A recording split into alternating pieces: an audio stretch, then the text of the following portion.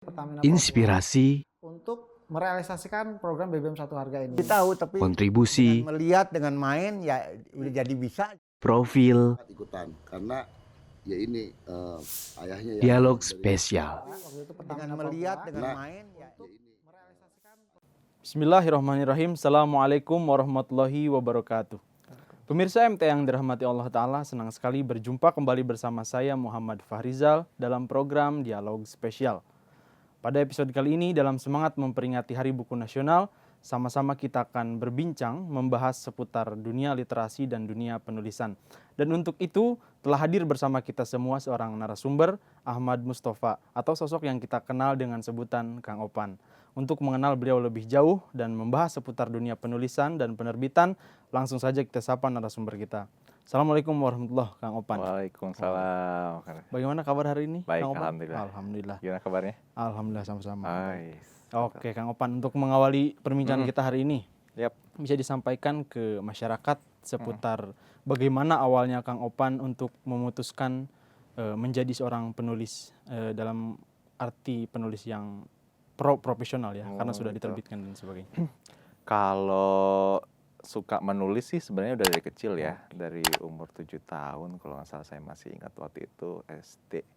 Karena berawal sih dari waktu dikasih tugas dari guru itu nulis cerita rakyat. Oh, Cerita rakyat. Nah, waktu itu karena nggak tahu ya cerita rakyat ya, ke saya menghampiri atau bertanya dengan almarhum nenek, nanya cerita rakyat tahu nggak? Oh tahu. Oke. Gitu. Terus nenek mau cerita apa? Mau Sangkuriang, Malin Kundang atau apa gitu? Ya udah saya pilih Sangkuriang.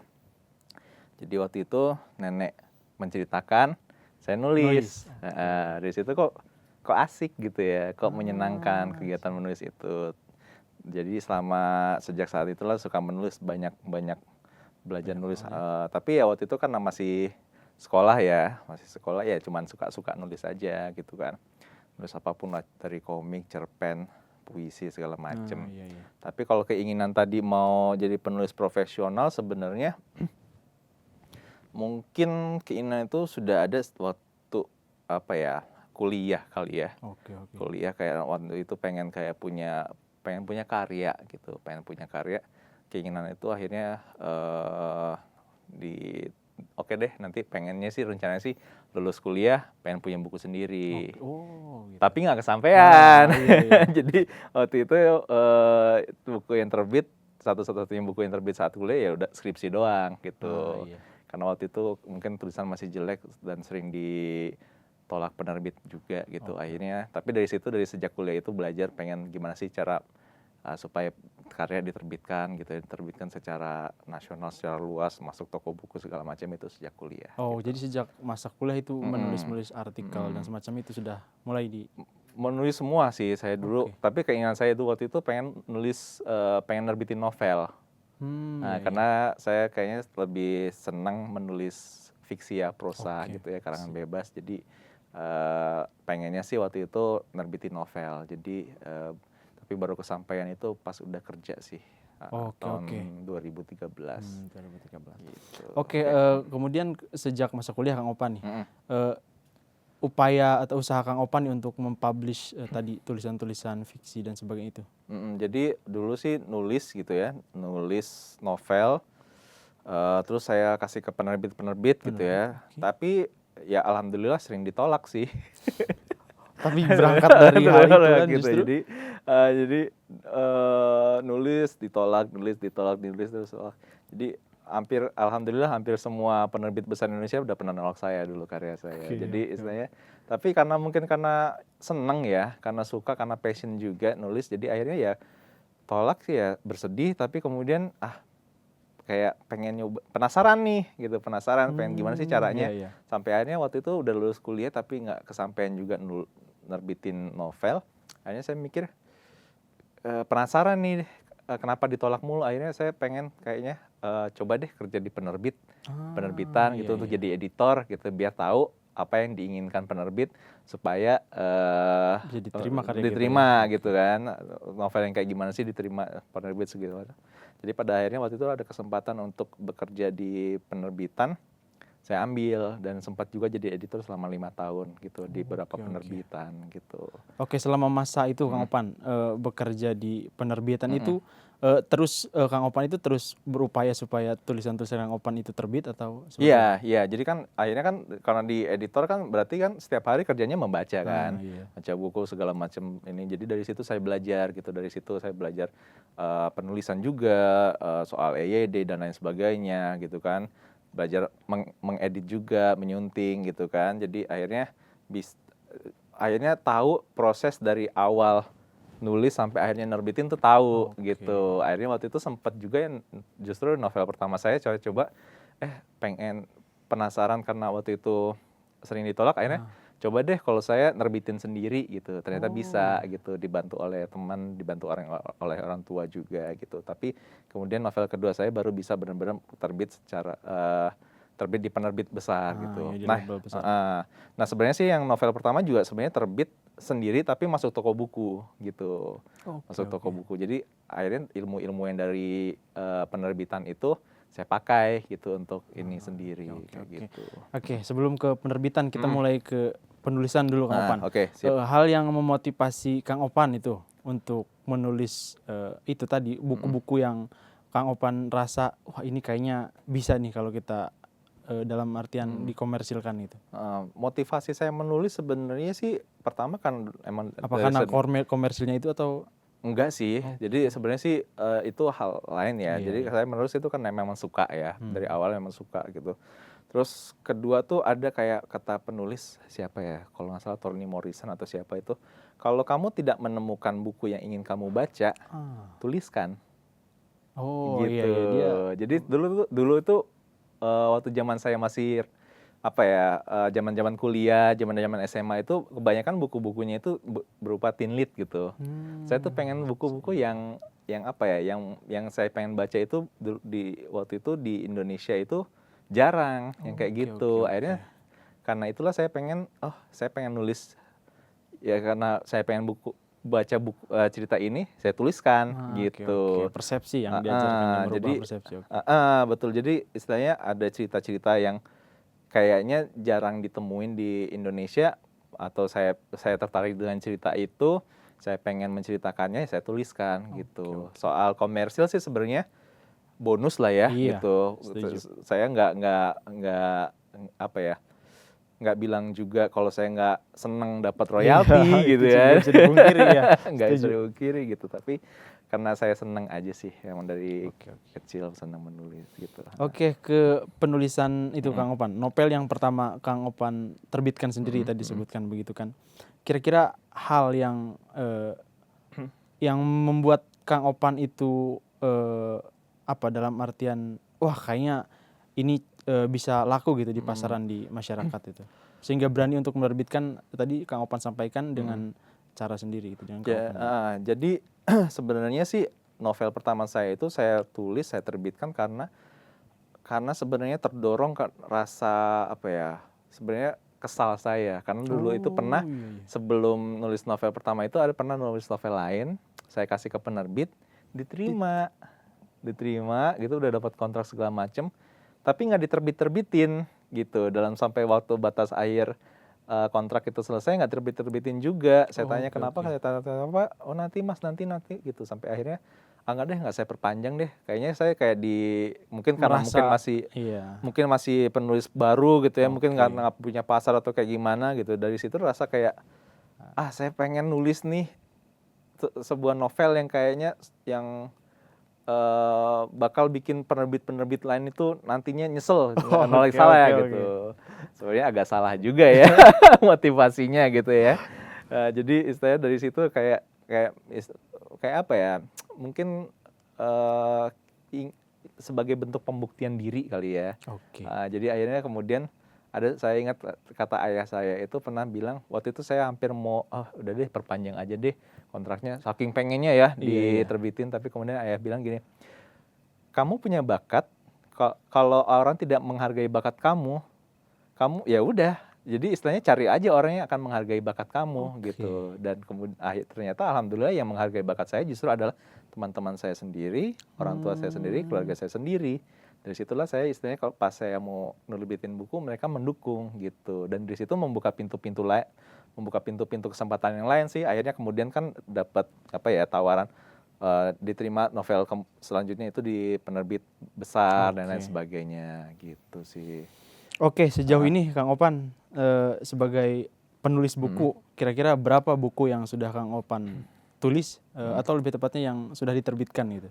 Saat ini sih hari ini. sudah 6 buku yang Masya diterbitkan, Allah, sudah 6 buku. semuanya novel semua tapi dari berbagai genre.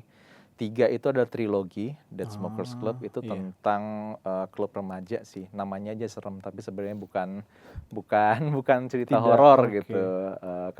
Terus kemudian Rahasia Hujan itu adalah novel pertama saya yang diterbitkan secara major di penerbit besar, dan novel kedua yang rilis secara luas di toko buku.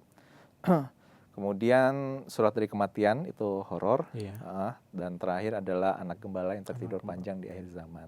Oke. Gitu, jadi 6. Sebenarnya sih sudah ada satu lagi yang Gerbang Dua Semesta. Saat ini sebenarnya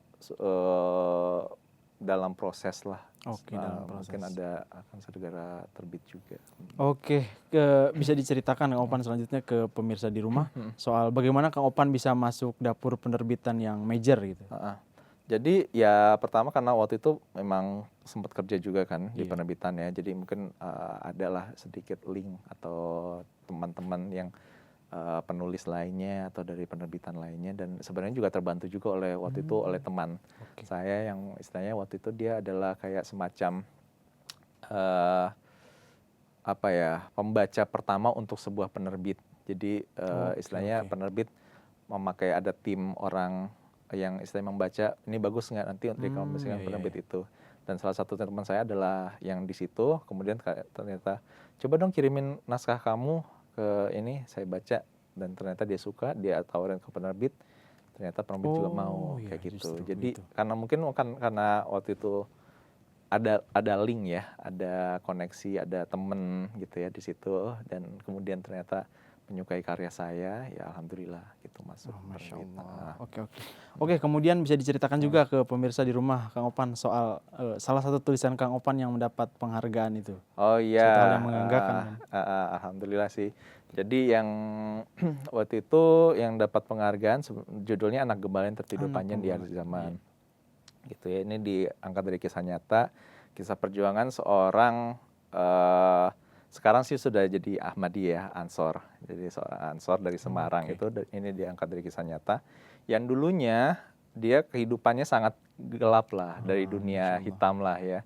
Yang banyak bergumul di dunia yang seperti itu, yang tidak baik. Tapi kemudian mendapatkan semacam hidayah, pencerahan. Akhirnya dia masuk ke berbaiat masuk ke Ahmadiyah, dan waktu itu beatnya di tangan Pak Restu Tablik, Pak Mirajudin. Waktu itu masih sebagai mubalik di Jawa Tengah gitu. Dari situ ceritanya sangat menarik. Akhirnya saya temui beliau ini. Kemudian meminta izin. Akhirnya beliau izinkan. Saya bilang saya mau buat novel, bukan buku biografi. Saya mau novelin. Jadi pasti ada dramatisasi dan segala macamnya gitu. Beliau kasih restu. Alhamdulillah selesai gitu ya. Dan waktu itu sebenarnya karena saya tahu novelnya itu kan kalau soal Ahmadiyah mungkin penerbit sendiri kalau misalnya nerbitin soal isunya agak terlalu, kalau di Indonesia mungkin agak berat ya gitu ya. Jadi kalau saya pikir kalau cuman saya kasih ke penerbit pasti ditolak gitu, karena isunya itu yang sensitif lah gitu. Akhirnya karena waktu itu ada sayembara menulis novel Dewan Kesenian Jakarta, itu salah satu sayembara sastra yang bergengsi lah di Indonesia. Jadi saya sengaja masukkan itu untuk dilombakan gitu. Kalaupun misalnya dapat nominasi itu kan saya lumayan punya bargaining value atau tawar yang lebih tinggi untuk misalnya ke penerbitan gitu. Walaupun misalnya cuma masuk nominasi, ini masuk nominasi sayembara sastra loh, tertarik nggak gitu, pasti lebih tertarik. Tapi alhamdulillah justru malah menang. Justru Jadi salah juara, satu ya. juara keduanya waktu itu gitu. Jadi alhamdulillah. Jadi memang sengaja saya masukkan ikutkan ke lomba sayembara itu supaya ya nanti penerbit tidak lagi melihat ini isunya terlalu sensitif, tapi ada value lain yaitu mendapatkan penghargaan sastra Iya, iya. juga, Oke, termasuk oke. kemudian alhamdulillah tahun 2002 kemarin itu masuk nominasi penghargaan sastra dari Kementerian Pendidikan dan Kebudayaan. Oke, Nah, baik, jadi oke. menang juga dan masuk nominasi sastra juga. gitu. Oke. Ya. Terus Kang Opan, mostly dari tulisan-tulisan Kang Opan itu apakah seperti tadi Kang Opan sampaikan, apakah based on real life ataupun memang Kang Opan sedikit ya mengeluarkan imajinasi atau sehingga terbentuk fiksi-fiksi yang menarik gitu? Ya, jadi memang kalau penulis fiksi pada akhirnya memang senjata utamanya memang imajinasi Iya, ya, kesana. gitu ya. Jadi saya tipe penulis yang sebenarnya tidak ingin terkotak dalam satu genre. Oke. Misalnya ada penulis yang suka banget nulis romance, suka banget nulis komedi, akhirnya satu Oke, genre itu aja gitu. Karena terbentuk karakter jadi terus dia Gitu. stick Saya gitu sementara saya ingin jadi penulis yang lebih versatile lah ya, yang Oke, lebih bisa banyak genre. Makanya dari novel-novel saya itu ada yang horor, ada yang remaja, ada yang romance, ada yang satu lagi yang tadi dari real Real life life story itu, itu oh, iya, gitu. Jadi sebenarnya sih saya suka menulis cerita-cerita yang ketika membaca novel saya, mereka ikut hanyut dalam ceritanya gitu. Jadi dari genre apapun, selama saya bisa menuliskan cerita yang menarik dan membuat pembaca masuk ke dalam cerita itu, ya itu saya anggap saya sudah berhasil gitu dan menuliskan. Oke. Terus menurut Kang Opan sendiri, apakah ketika kita menulis itu berbeda-beda genre itu, apakah hal itu hal yang menyulitkan ataukah justru mudah? Dalam artian ketika kita katakanlah dalam menulis suatu genre horor gitu, ketika kita membutuhkan inspirasi ide-ide lainnya itu, kemudian karena kita sering berganti-ganti aliran genre, apakah hal itu menjadi kesulitan itu, Kang Opan? Kesulitan dan tantangan pasti ada, Oke. tapi terutama adalah mungkin dari pembaca saya.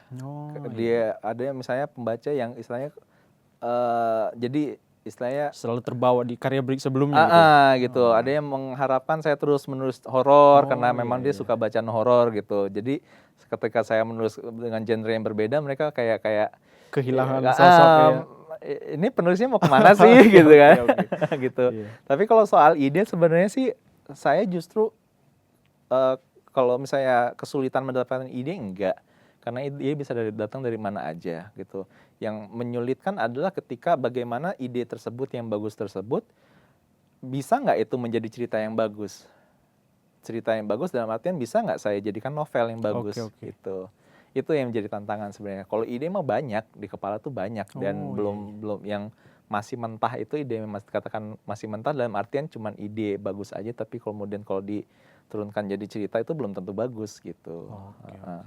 Terus kalau kita rate Kang Opan nih dari semua tulisan Kang Opan yang berdasarkan waktu penulisannya ya, dari yang tercepat itu berapa lama dan yang paling lama itu dalam menulis satu karya itu seberapa lama?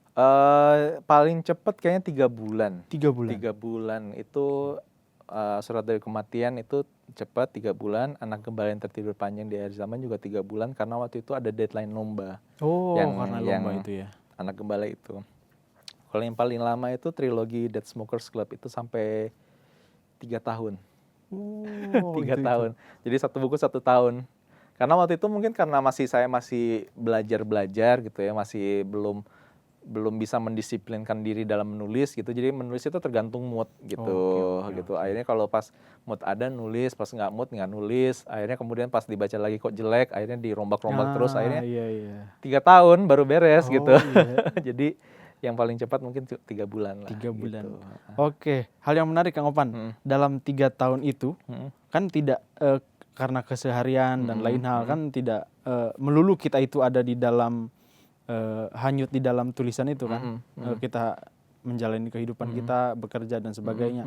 Nah, bagaimana Kang Opan supaya bisa kembali hanyut, supaya bisa kembali ke itu tadi ke alur tulisan itu.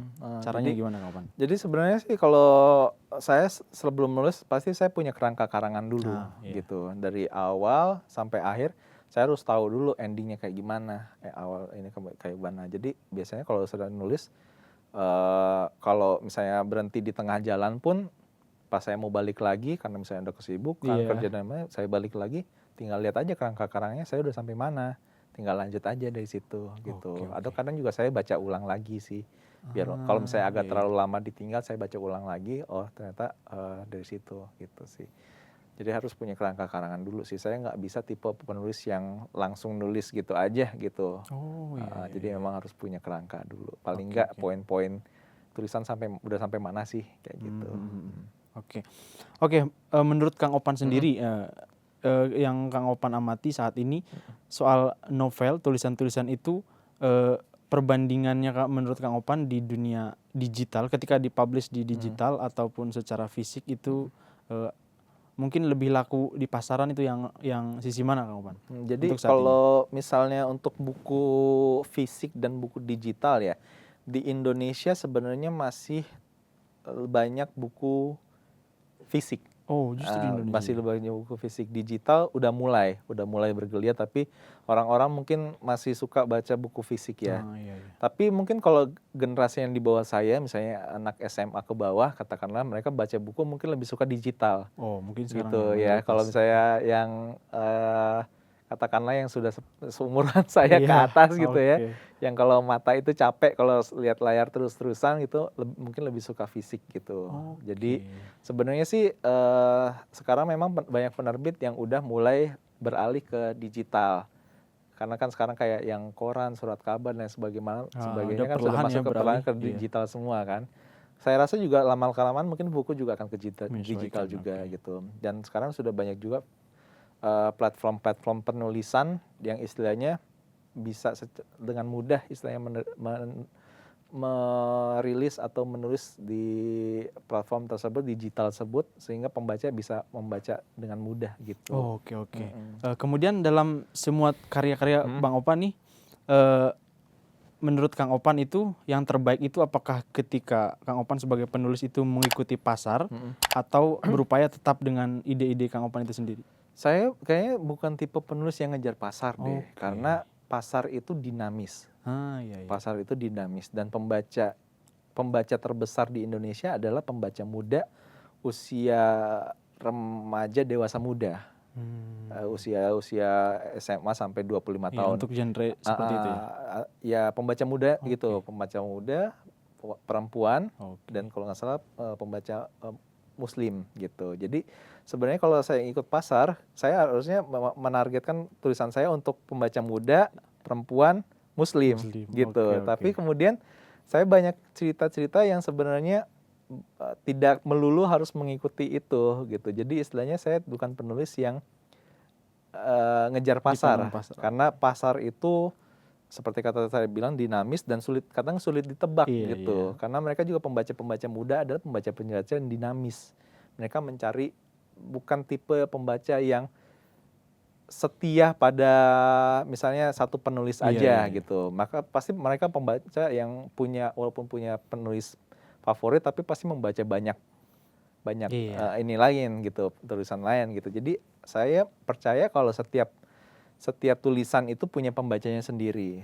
Setiap novel dan karya itu punya jodoh penerbitnya sendiri gitu. Jadi pada akhirnya ya saya ketimbang saya berusaha untuk menyenangkan banyak orang, saya lebih fokus menyenangkan diri saya dulu. Kalau misalnya saya suka dengan tulisan itu, saya puas dengan tulisan itu, saya udah senang. Nanti pasti ada pembacanya. Gitu. Oke, terakhir Kang Opan, di kondisi kita hari ini yang banyak keterbatasan dan membatasi, bisa disampaikan ke pemirsa di rumah soal bagaimana supaya kita tetap produktif ya dalam hal tulisan tentunya, dan kemudian bisa disampaikan pesan dan tip and tricks yaitu dari Kang Opan dalam hal penulisan. Silakan. Yang pertama ya, karena di saat ini kita mungkin lebih sering di rumah gitu ya, setuju. atau sulitlah kemana-mana gitu. Dan justru malah sebenarnya momen yang pas atau kesempatan yang pas buat kita untuk ya lebih fokus misalnya berkarya, misalnya dengan menulis seperti itu. Saya yang Gerbang Dua Semesta ini saya selesaikan justru saat waktu zaman-zaman masih dulu lockdown gitu. Bisa beres 3 bulan juga. Saya ikutkan lomba juga dan alhamdulillah menang juga gitu kan. Jadi istilahnya justru di saat-saat seperti ini adalah kesempatan kita untuk Lebih produktif lebih ya. berkreasi. Iya. Walaupun ada keterbatasan lah ya, seperti itu. Dan kemudian pesan ya. Iya. Pesan-pesan barangkali kalau misalnya teman-teman atau pemirsa sekalian istilahnya ingin punya keinginan menulis, gairah menulis seperti itu. Kalau saran dari saya sih sebenarnya kalau ditanya gimana sih cara jadi penulis, pertama harus jadi pembaca dulu. Artinya harus senang membaca, kedua harus senang membaca, ketiga harus senang membaca, keempat baru banyak berlatih menulis. Gitu. Saya sebenarnya nggak punya tip khusus sih sebenarnya kayak itu, karena saya juga penulis otodidak. Dari kecil hanya belajar dari buku-buku yang saya baca. Saya kayaknya baru berapa tahun kebelakangan ini mengikuti kelas-kelas lah dari penulis-penulis yang kayak Dewi Lestari dan lain sebagainya itu. Tapi itu juga istilahnya hanya sebagai referensi saya. Pas saya mengikuti kelas tersebut ternyata hal-hal tersebut sudah saya lakukan gitu. Jadi saya tipe penulis yang belajar dari pengalaman dari bacaan-bacaan saya. Jadi guru-guru saya adalah buku-buku gitu. Jadi kalau mau jadi penulis tapi nggak suka baca buku ya mau gimana, ya kan? Setuju. Gitu. Jadi mungkin kalau saran yang bisa saya sampaikan barangkali jadilah pembelajar sih. Apapun dalam hidup itu jadilah seorang pembelajar gitu. Jangan pernah puas dalam misalnya sudah meraih sesuatu kemudian sudah puas begitu saja. Gitu. Oke, Kang Opan, dalam semangat memperingati Hari Buku Nasional, bagaimana pandangan Kang Opan dan pesan Kang Opan terhadap para penulis ataupun orang-orang yang ingin belajar menulis itu sendiri, Kang Opan? Ya, saya sebenarnya sih dalam Hari Buku Nasional ini saya sebenarnya punya pengharapan. Saya senang sih ada Hari Buku, ada Hari Bahasa dan lain sebagainya, karena itu orang jadi mungkin sedikit lebih aware dengan literasi gitu kan. Karena kita tahu sayangnya masyarakat Indonesia literasinya masih sangat rendah gitu. Kesenangan membacanya masih sangat rendah gitu. Semoga sih dengan adanya hari-hari seperti ini orang lebih diingatkan lagi, mungkin lebih bergairah lagi dalam membaca gitu. Jadi saya punya harapan sebenarnya keinginan saya masyarakat Indonesia itu lebih kedepannya lebih banyak senang membaca gitu. Saya ingin masyarakat Indonesia itu tingkat literasinya juga lebih tinggi gitu ya. Karena itu baik sekali gitu ya, membaca buku itu kita tahu banyak manfaatnya, dan semoga sih nanti juga muncul lagi penulis-penulis muda itu yang lebih luas lagi dalam artian menuliskan tentang Indonesia gitu kan. Banyak sekali hal-hal di Indonesia yang bisa kita gali, dan itu saya ingin lebih banyak karya-karya sastra dari Indonesia yang istilahnya bisa dinikmati nggak hanya dari Indonesia aja tapi juga seluruh dunia. Gitu sih. Oke, terima kasih Kang Opan. Siap. Saya ucapkan jazakumullah asal jaza sebanyak-banyaknya karena Kang Opan bersedia hadir menemani kita semua. Sekali lagi saya ucapkan terima kasih. Baiklah pemirsa MT yang dirahmati Allah Ta'ala, itulah tadi perbincangan kita dengan seorang narasumber seputar dunia penulisan dan penerbitan dalam semangat memperingati Hari Buku Nasional. Jangan lupa pemirsa di rumah untuk memfollow semua akun media sosial MTA Indonesia, dan silahkan kirimkan saran dan masukan Anda ke email kita di berikut ini.